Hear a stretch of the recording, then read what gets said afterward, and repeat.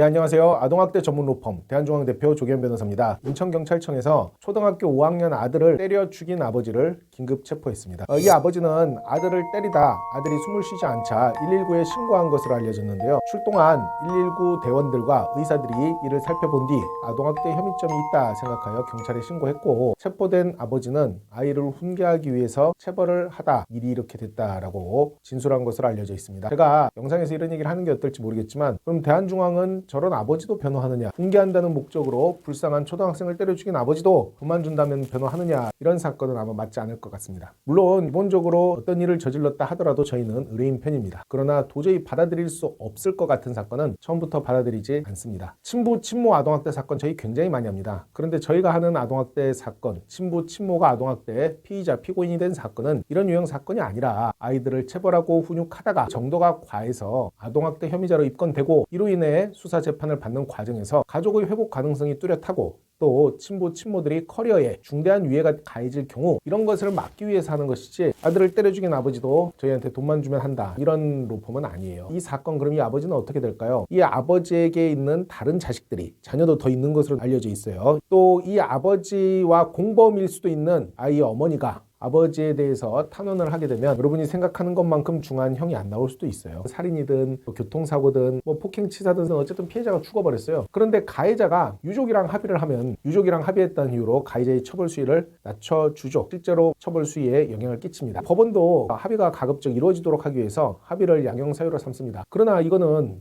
피해자가 살아있는 사건이 아니잖아요. 죽은 피해자는 아무 말도 할 수 없어요. 형사 절차 내에서 합의가 이루어짐에 따라 가해자의 처벌 수위가 낮아지고 피해자의 손해가 빨리 회복되는 건 매우 중요한 문제예요. 하지만 사람이 죽은 건 다르다고 생각해요. 이 사건은 가해자 피해자가 같은 가족이기 때문에 경우에 따라서는 가해자와 한편일 수도 있는 가족, 제일 걱정되는 게 친모죠. 친모의 탄원에 의해 자식을 때려 죽인 아버지의 형량이 낮아질 수도 있지 않나 하는 점이 걱정스럽기는 해요. 제가 이런 말을 해서 가해자로 몰린 부모님들 편이 아니냐, 이런 생각을 하실 수도 있겠지만 그런 건 아니에요. 저희는 억울한 부모님들 편입니다. 그리고 아이들과 부모님이 관계를 회복하여 가정이 정상적으로 돌아올 수 있도록 그 어떤 공적 기관보다도 저희가 신경을 많이 쓰고 애정을 갖고 사건을 처리한다고 자부할 수 있어요. 공적 기관은 매뉴얼대로 하는 거지 가족의 회복에 사실 크게 관심 없습니다. 그러나 이 사건은 아무리 변호사의 관점에서 본다 하더라도 아버지에게 분노를 느낄 수밖에 없는 사건입니다. 죽은 아이 명복을 빕니다.